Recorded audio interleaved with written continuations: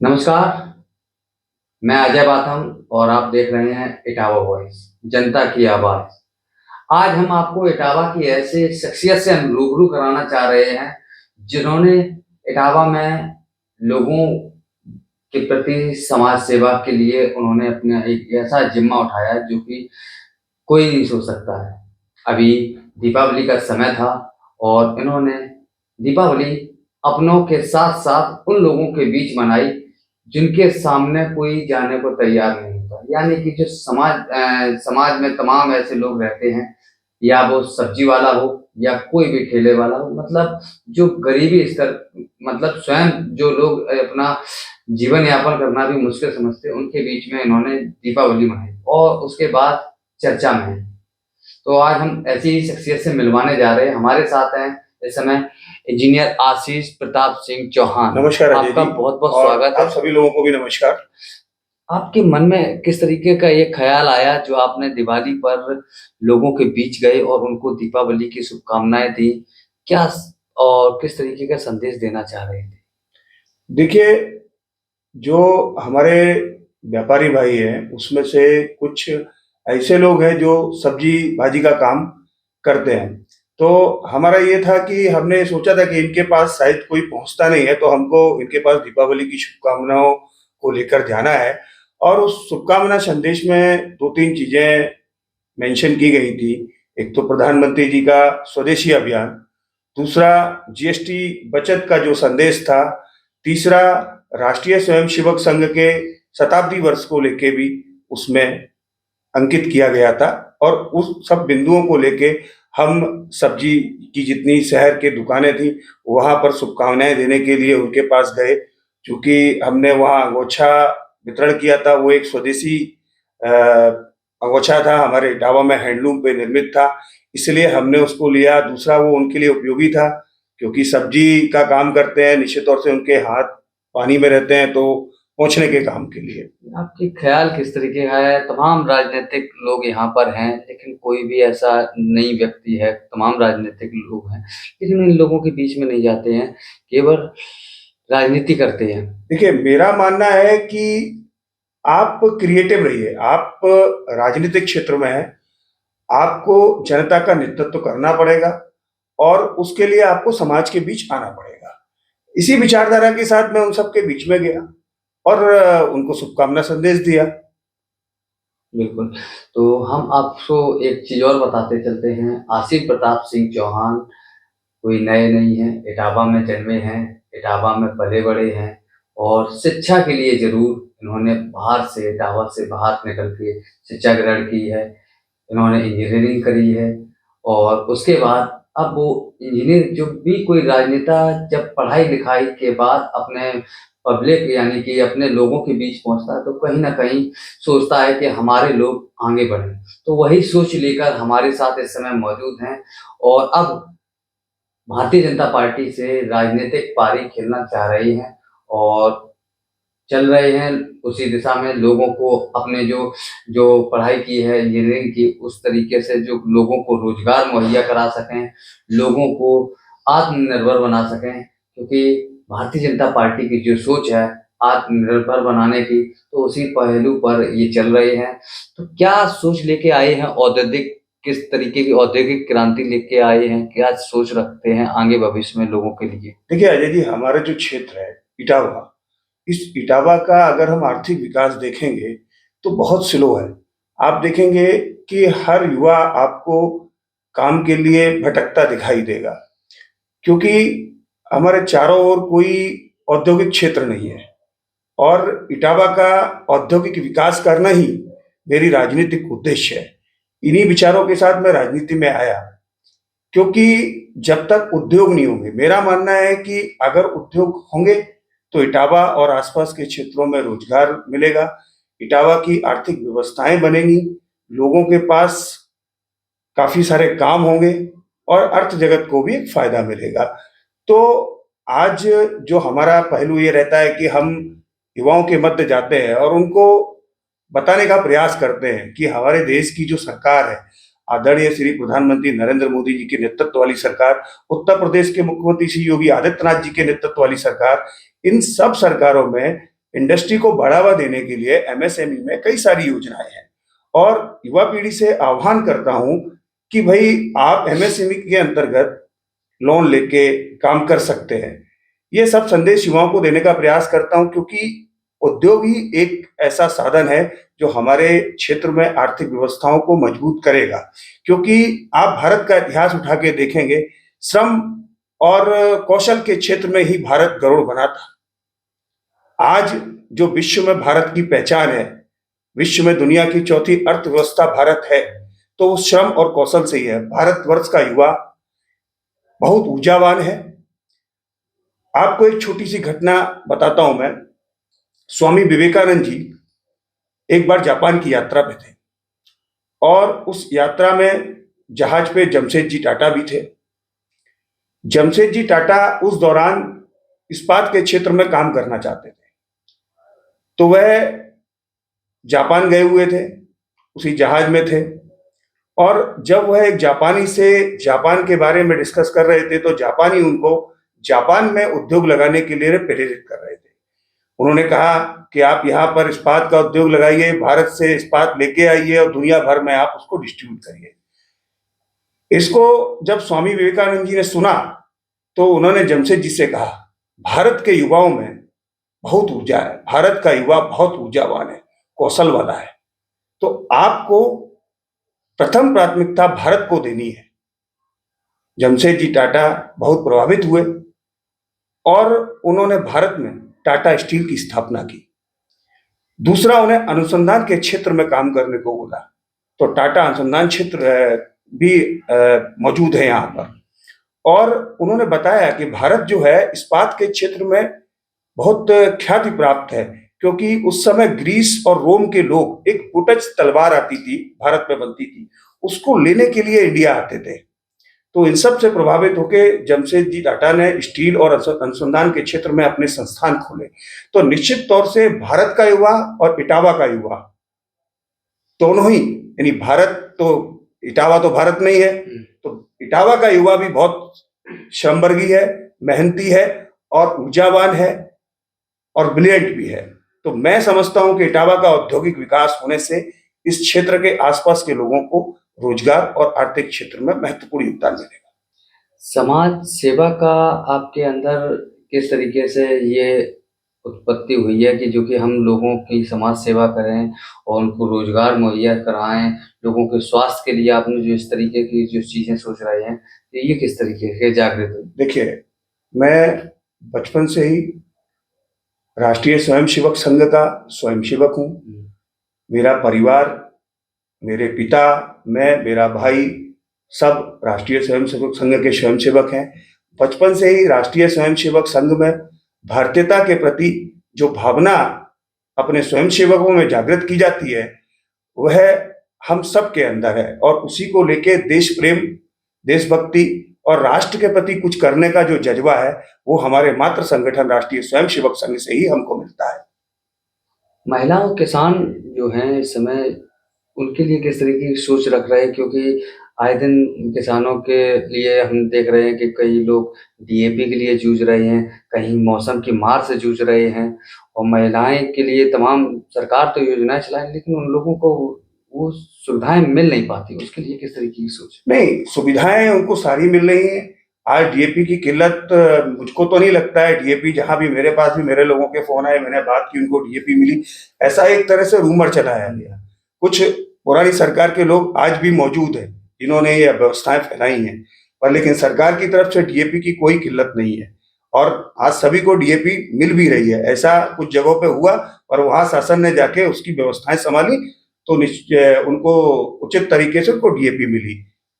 इटावा के आसपास क्षेत्र में किस तरीके के औद्योगिक विकास और वर्तमान स्थिति को लेकर आपकी सोच है कि और किन उद्योगों को विकसित करने की योजना है?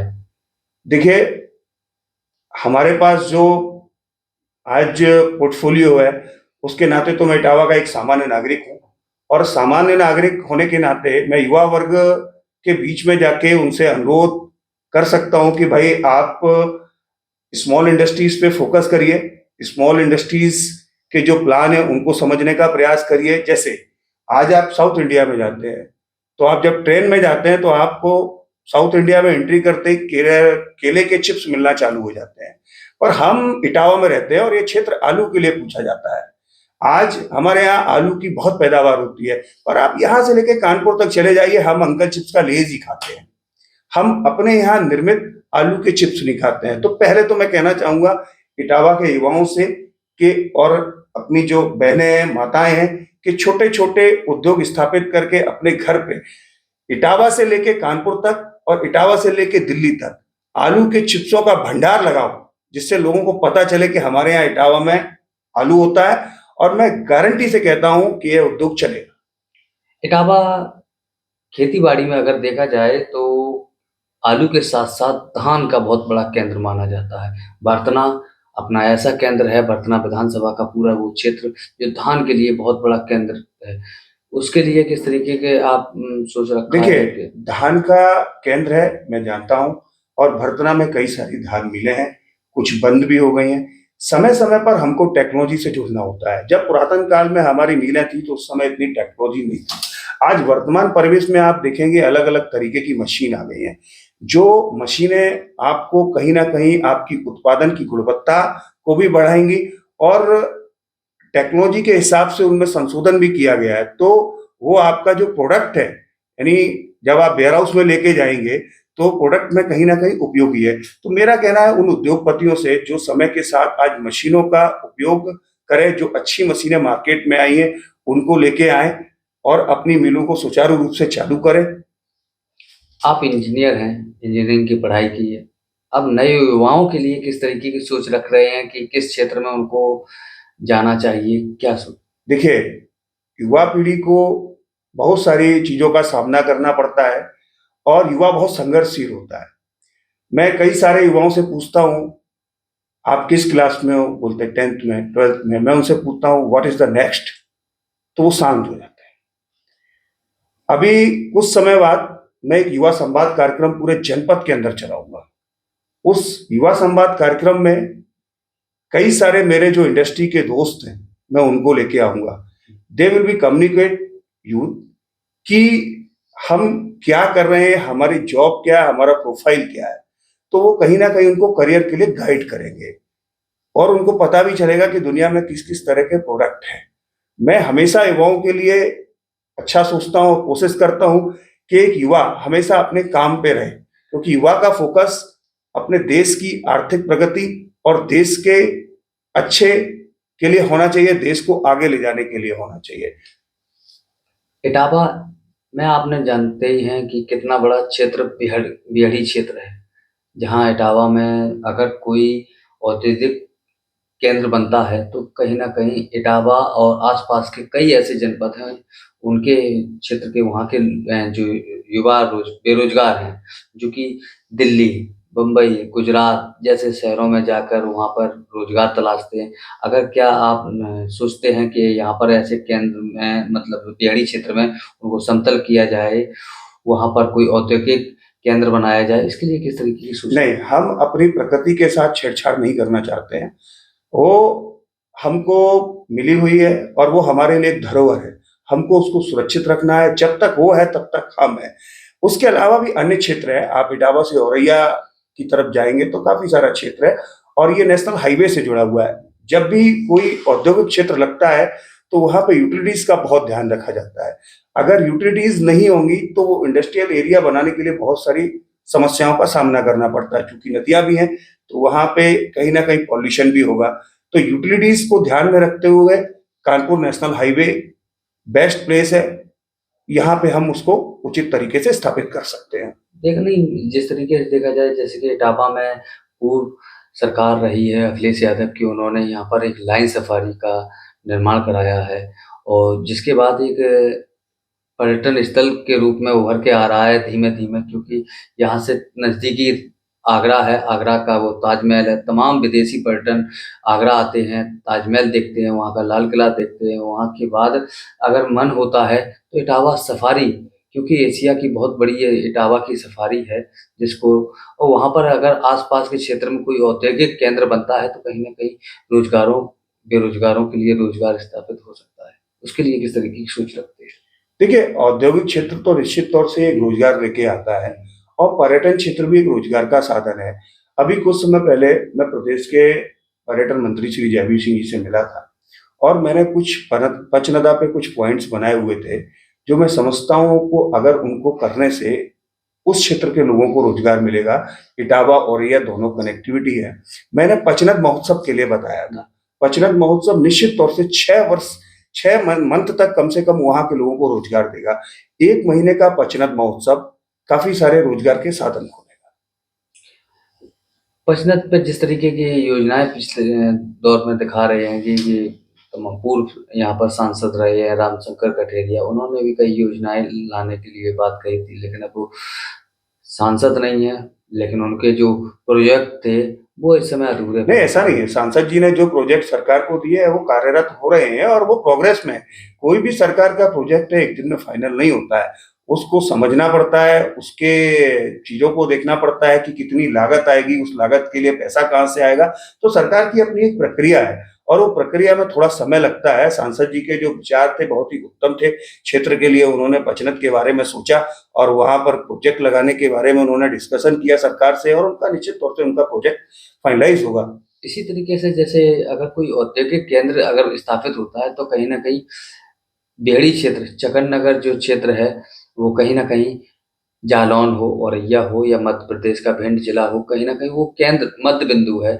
वहां पर अगर कोई अगर होता है तो कहीं ना कहीं बेरोजगारों के लिए तो रोजगार तो निश्चित नहीं, ही तो इसमें मेरी से। प्राथमिकता औद्योगिक क्षेत्र के लिए है, क्योंकि मेरा जो अनुभव है, मैंने इंडस्ट्री को बहुत करीब से देखा। 16 वर्ष तक मैं इस देश की बड़ी बड़ी कंपनियों में काम किया हूँ। मैं जेके टायर्स में काम किया हूँ, मैं बिरला टायर में काम किया हूँ। लास्ट जब मैंने अपनी जॉब को छोड़ा तो मैं योकोहामा टायर्स में था। तो मैंने उद्योग को बहुत आसानी से देखा है, बहुत करीब से देखा है और मैं समझ सकता हूँ कि एक अच्छी उत्पादन क्षमता के उद्योग में कम से कम 3,000 से 4,000 लोगों के लिए रोजगार के साधन मिलते हैं और उन 4,000 लोगों से क्षेत्र के कम से कम 2 लाख लोगों को आर्थिक गति मिलती है। रोजगार की बात की जाए तो इटावा में तमाम ऐसे बेरोजगार इस समय सड़कों पर हैं।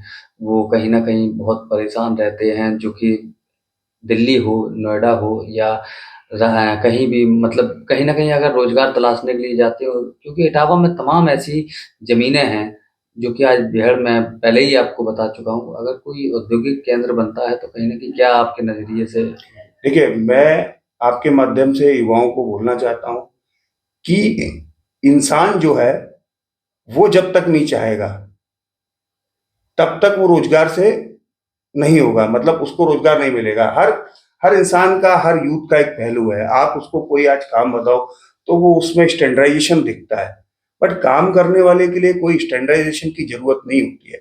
काम काम है। जैसे आप बीएससी कर रहे हैं, आपको लगता है कि भाई मेरे घर की स्थिति ठीक नहीं है, तो मैं कहता हूं कि आपको जो काम मिल रहा है भले वो 5,000 6,000 7,000 का है, आपको करना चाहिए। तो जो आज युवा है, उस युवा को अपना सारा ध्यान अपनी पढ़ाई और काम के प्रति लगाना चाहिए। मैं नहीं मानता हूं कि कोई व्यक्ति इस समय बेरोजगार अपनी वजह से है। उसको स्वयं से ऐसा प्रयास करना है कि भाई हमको काम करना है। आज आप देखिए कि मार्केट में बहुत सारे काम है। मैं एक छोटा सा आइडिया देता हूँ। मेरी गाड़ी है और जब मैं यहाँ से गाड़ी लेने के लिए जाता अपना तो देखता सुबह वो क्लीन नहीं थी। ठीक है। और उसको क्लीनिंग के लिए मुझे कोई आदमी नहीं मिलता। मैं हफ्ते भर उसको चलाता हूँ, फिर जाके धुलाई सेंटर पे जाता हूँ, उसको धुलवाता हूँ। पर लेकिन आप अन्य शहरों में देखेंगे, वहाँ यूथ 10 15 20 गाड़ियां सुबह सुबह पकड़े हुए हैं, उनको जाके क्लीन करता है। 700 800 रुपए पर गाड़ी लेता है और वो पढ़ने वाले स्टूडेंट है। मेरा कई बार ऐसे लोगों से सामना हुआ, और मैं नाम नहीं आपके सामने बता सकता हूँ, जो बेचारे अपनी आर्थिक स्थितियों को चुनौती देते हुए पढ़ाई कर रहे हैं और मेहनत कर रहे हैं। तो मेरा आपके माध्यम से सारे युवाओं से कहना है कि आप अपने स्टैंडर्डाइजेशन को मत चुनिए। वो जब तक आप कहीं मुकाम तक नहीं पहुंच जाते तो उसको भूल जाइए। आपको काम करना है, आप काम के प्रति सोचिए कि भाई मुझे काम करना है, मुझे अपनी पढ़ाई करनी है। तो कोई व्यक्ति ऐसा नहीं है अगर चाहेगा कि उसे रोजगार ना मिले। अगर आप आसपास देखेंगे कहीं ना कहीं रोजगार के बहुत साधन है, और आपके करने की इच्छा और आत्मबल होना चाहिए। आप अगर राजनीति में आते हैं और इलेक्शन लड़ते हैं तो जीतने के बाद किस तरीके की सोच रखते हैं युवाओं के लिए? और ख़ास तौर से हम बात करते हैं स्वास्थ्य और शिक्षा के स्तर पर किस तरीके की सोच है? देखिए, स्वास्थ्य और शिक्षा दोनों पे समाज को बहुत चिंतन करने की आवश्यकता है और मेरा मानना है कि मैं राजनीतिक क्षेत्र में हूँ, पार्टी और संगठन ये तय करेगा मुझे क्या करना है। मेरा हमेशा समाज के प्रति अच्छे कार्यों को समर्पित करने का ध्येय रहा है और मेरी कोशिश भी रहती है कि समाज को अगर मैं राजनीतिक क्षेत्र में हूँ, तो कुछ अच्छा दिया जाए। और उस अच्छे में मेरे लिए सबसे बड़ी प्राथमिकता और सबसे पहली प्राथमिकता युवाओं के लिए इटावा के औद्योगिक विकास को लेके है, जिसके लिए मैं संकल्पित हूँ, प्रतिबद्ध हूँ। अब बात आती है स्वास्थ्य और शिक्षा को लेके। तो आप देखिए आज अस्पताल तो बहुत खुल रहे हैं, पर आम आदमी उससे दूर है। और उसी तरह स्कूल बहुत खुल रहे हैं, पर आम आदमी उससे दूर है। तो मैं कहना चाहता हूँ युवाओं से कि आप आगे आइए। पुरातन में भी हमारे जो पूर्वज हुआ करते थे, उन्होंने समाज के भले के लिए कई सारी ऐसी धर्मशालाएं, कई सारे ऐसे वैधशालाएं, कई सारी ऐसी शिक्षा की संस्थानों की स्थापना की थी। पिछले 30 और 35 वर्षों में जो ये समय आया, उसमें हमारे समाज में लोग ये भूल गए कि हमको इस तरह के कोई सामाजिक कार्य भी करने हैं। इसीलिए तो आज शिक्षा और चिकित्सा का व्यवसायीकरण हो गया है। तो मैं युवाओं से आह्वान करता हूँ कि इटावा को आप सब आगे आओ और एक चैरिटी का हॉस्पिटल बनाने का प्रयास करते हैं। इसी तरह एक चैरिटी का विद्यालय बनाने का प्रयास करते हैं। देखिए, सरकार अपनी दिशा में काम कर रही है और हम वही भारतवर्षी हैं और हम उसी भारतवर्ष के नागरिक हैं जहां 75 करोड़ यूरोपीय संघ की आबादी के से ज्यादा अनाज इस देश के लोगों को दिया जाता है। 80 करोड़ 84 लाख अनाज इस देश के लोगों को दिया जाता है, जो जितना मेरे को आंकड़े पता है, और 75 करोड़ पूरे यूरोपीय संघ की आबादी है। हम उसी देश के नागरिक हैं। तो एक बार हमारे देश के युवाओं को आगे आके, हमारे क्षेत्र के युवाओं को आगे आके शिक्षा और स्वास्थ्य दोनों के क्षेत्र में काम करने का प्रयास करना चाहिए। आप इलेक्शन लड़ते हैं तो किस तरीके के युवाओं के जोड़ना चाहेंगे और आपने किस क्षेत्र से इलेक्शन के लिए प्रयास कर रहे थे? देखिए, मैं इटावा सदर से ही प्रयासरत हूँ। अब यह निर्णय भारतीय जनता पार्टी का है, भारतीय जनता पार्टी के प्रदेश नेतृत्व का है, जिले नेतृत्व का है और पार्टी का जो आदेश होगा। और युवाओं के लिए मैं हमेशा खड़ा हूँ। युवाओं को जहां मेरी जरूरत है, मैं हमेशा उनके लिए खड़ा हूँ, पर मेरी प्राथमिकता औद्योगिक क्षेत्र के लिए रहेगी।